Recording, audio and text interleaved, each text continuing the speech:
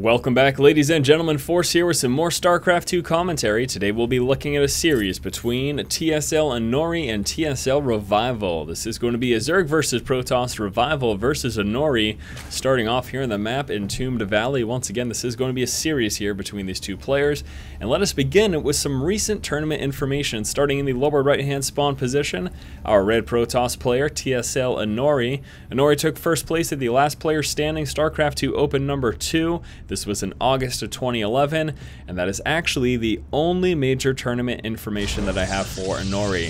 Unfortunately, that is really all I know about him. If you guys have any further information about Inori, please feel free to let me know in the comments section below.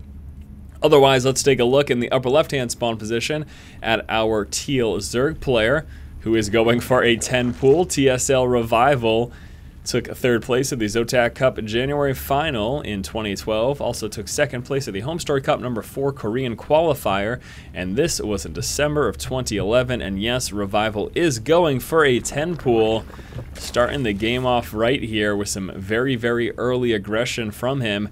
We'll have to see how successful this is going to be. Also doing a little bit of that extractor trick, allowing himself to get an extra drone, go above supply cap before that first Overlord does finish. I guess it's technically the second Overlord, as we have one over here, but what difference does it make? It doesn't make any whatsoever. Now, Inori will be going Forge Fast Expand, and good on him for going Forge first, because had he gone Nexus first, this would have been a huge issue. Probe moving up, scouting out Revival's early pool, and now he knows that he will be dealing with at least likely 4 to 6, well, at least 6 Zerglings. 4 Zerglings would be, why would you go 10 pool if you're just going to make 4 Zerglings? He knows he's going to be dealing with at least 6 Zerglings early on, and let's see how Inori decides to defend himself here. We'll want to finish this wall off, get it nice and complete. We do have a little bit of space there between the gateway and the pylon, but that forge is finished, so there goes the cannon, and honestly, I don't know, he should be all set. 5 Zerglings moving across the map, 1 Zergling turning around, chasing down this probe. And let's see if those 5 Zerglings get there in time. Not looking too good. And Inori moving out and actually dropping down a gateway, finishing that wall off completely. This is Zergling proof. No Zerglings will move through here, and that cannon is just about finished. So Revival's 10 pool fails, is going to do absolutely no damage whatsoever. That photon cannon is complete, but Inori canceling off that gateway. Now there is a little bit of space between these two. I guess he didn't want to completely wall himself in. The concern here now, though, is will those Zerglings try to sneak back in? Trying to do so, but the probe moves forward, and Inori blocks him off, prevents the Zerglings from getting up into his main, and that could have been a headache if they had. Great defense there by Inori, moving down with this probe and stopping those links from pulling through. You might ask, why did Revival suicide in there? Well, if the probe wasn't there, sure, he still would have lost a few Zerglings, but he would have managed to get at least 3, if not 4 lings through into Inori's main, and this would have allowed him to disrupt the economy a bit. Although he probably wouldn't have killed off many probes, he could have at the very least done a little bit of damage by forcing Inori off the line to engage the Zerglings and preventing them from mining, even if it's just for a small duration of time. Now, Revival, in going for a failed 10 pool, is now going to be behind economically. That early pool delays his hatchery. It prevents drones from being produced early on, as instead of drones, he would be making those Zerglings, as we saw. And that should try to make up for that. Looks like Revival will be getting a hatchery, a quick third here. Again, trying to work up his economy and make up for the fact that he is behind because of that 10 pool doing no damage whatsoever. In fact, the only loss that Inori took was the fact that he canceled off that gateway, and that was it. I took no damage besides that.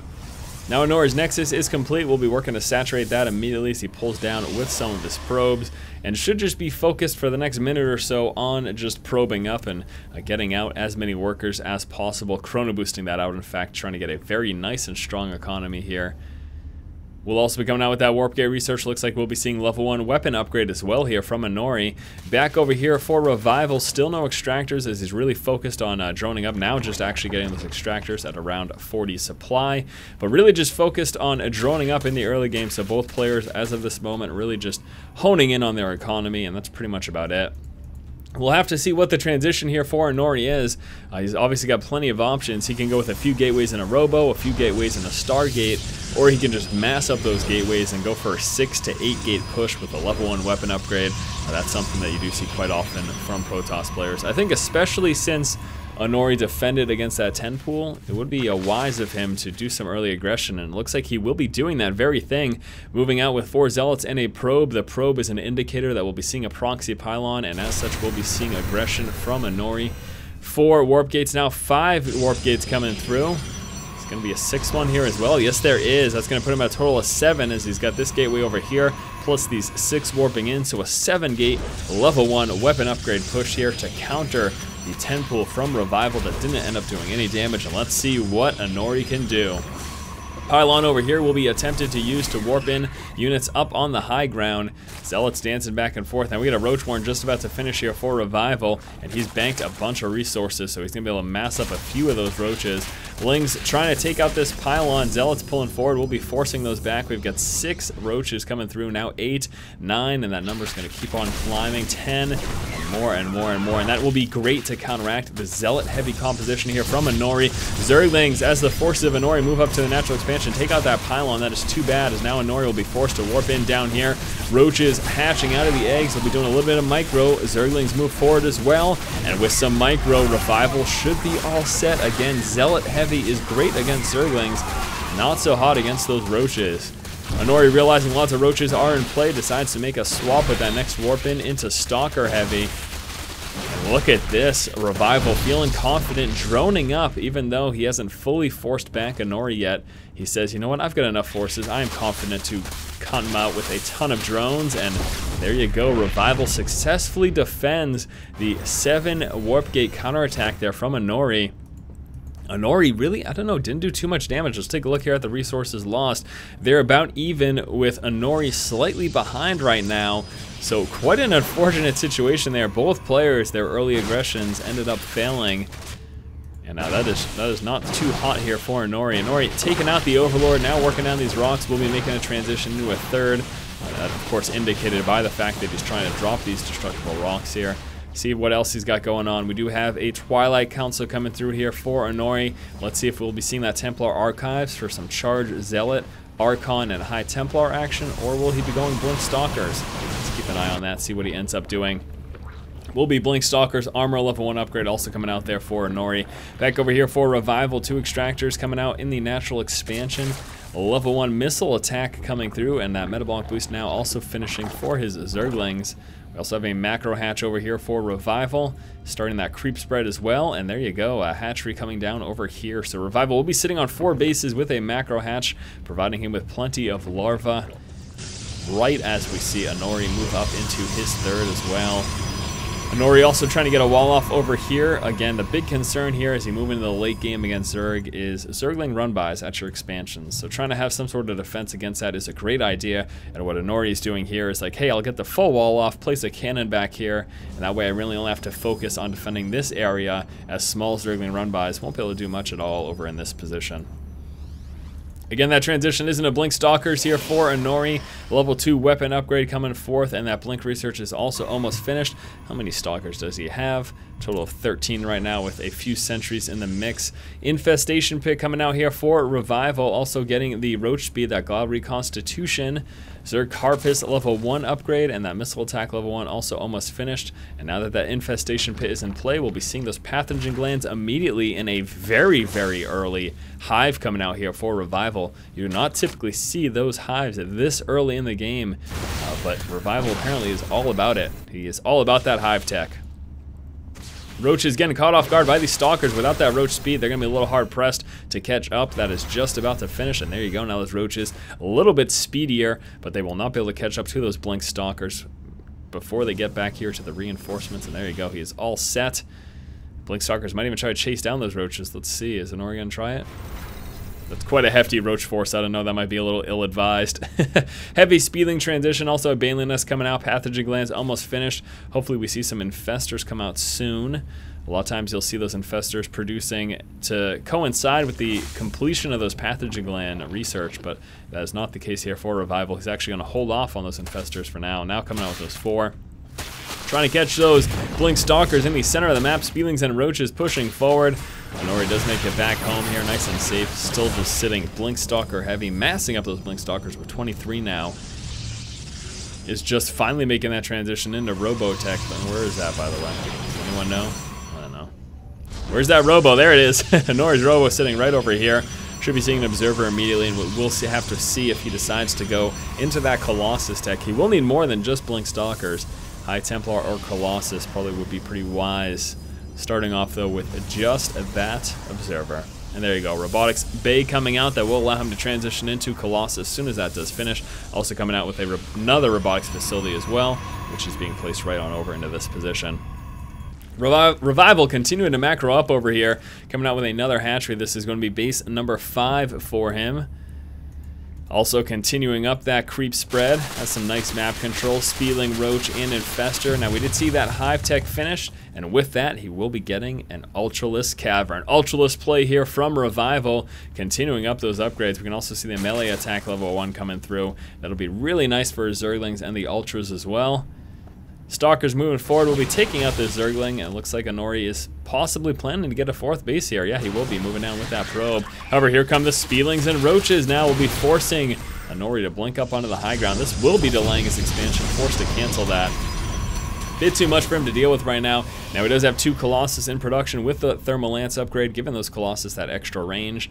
Speedling, Roach, Infestor, and Ultra. And take a look at that, Adrenal Glands. That is that attack speed upgrade for those Zerglings. That can be very, very effective, especially once they're upgraded with that damage upgrade. And again, we do have that melee level 1 coming forward as soon as that range finishes, and there you go. Zerg melee level 1 coming through here. Let's see if we get any Ultras immediately. It's coming out with that extra armor upgrade there from the Ultralisk Cavern. +2 armor for those Ultras. Does have a lot of banked resources. However, he is supply capped right now, so just sitting with his current forces, and then we'll be making a transition into Ultras once he does end up losing any of his army. He's doing a good job of containing Inori at the moment. Inori continuing to work up close to 200 supply cap. Again, as we can see, Revival is already there. Blink Stalkers move down, take out the Overlord that was spreading creep down over here. We do still have that Broad Zergling, which will continue to delay Inori's expansion unless he moves down there with an Observer. Just take a quick look here at Inori Vision. Want to make sure I haven't missed any harass or anything. No, it does not look like it. Observer ended up scouting over here, but it looks like he got taken out, and that's pretty much it. Doesn't know about this expansion. We do have Cloak Detection plus a Spine Crawler as some DT defense, and most of these bases over here.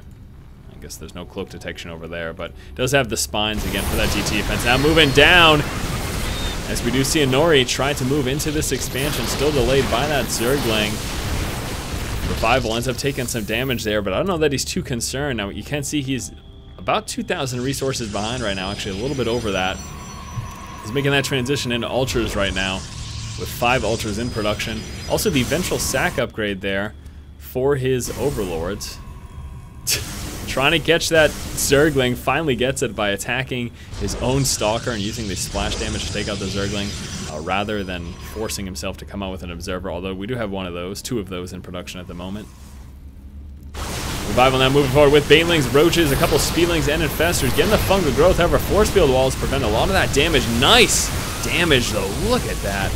A lot of the shields get taken out, but you know what, that's about it. You need to take out more than shields. He was very close to taking out lots of these forces, but just barely not having enough damage. We have that transition into Ultras now finally in play, the last of which is coming through right now. Let's see if Revival is able to use those Ultras against this force. The great thing about those Ultras is it allows him to trample over those force fields, pretty much making them not effective at all. And now Revival back at supply cap is getting ready to engage. Inori will be forced back here. Speedlings pulling forward. Here come the Banelings, Infestors, and the Ultras as well. Fungal growth rooting the units in place. A couple of Stalkers able to blink back. Now the Ultras coming into play. This could be a problem here for Inori, trying to micro back with his Colossus. Whenever that Ultra gets within range, though, he starts demolishing them. Down to just the 2. Ultras continue to push forward. They are so strong with that 5 armor that they have, forcing all of Inori's units back.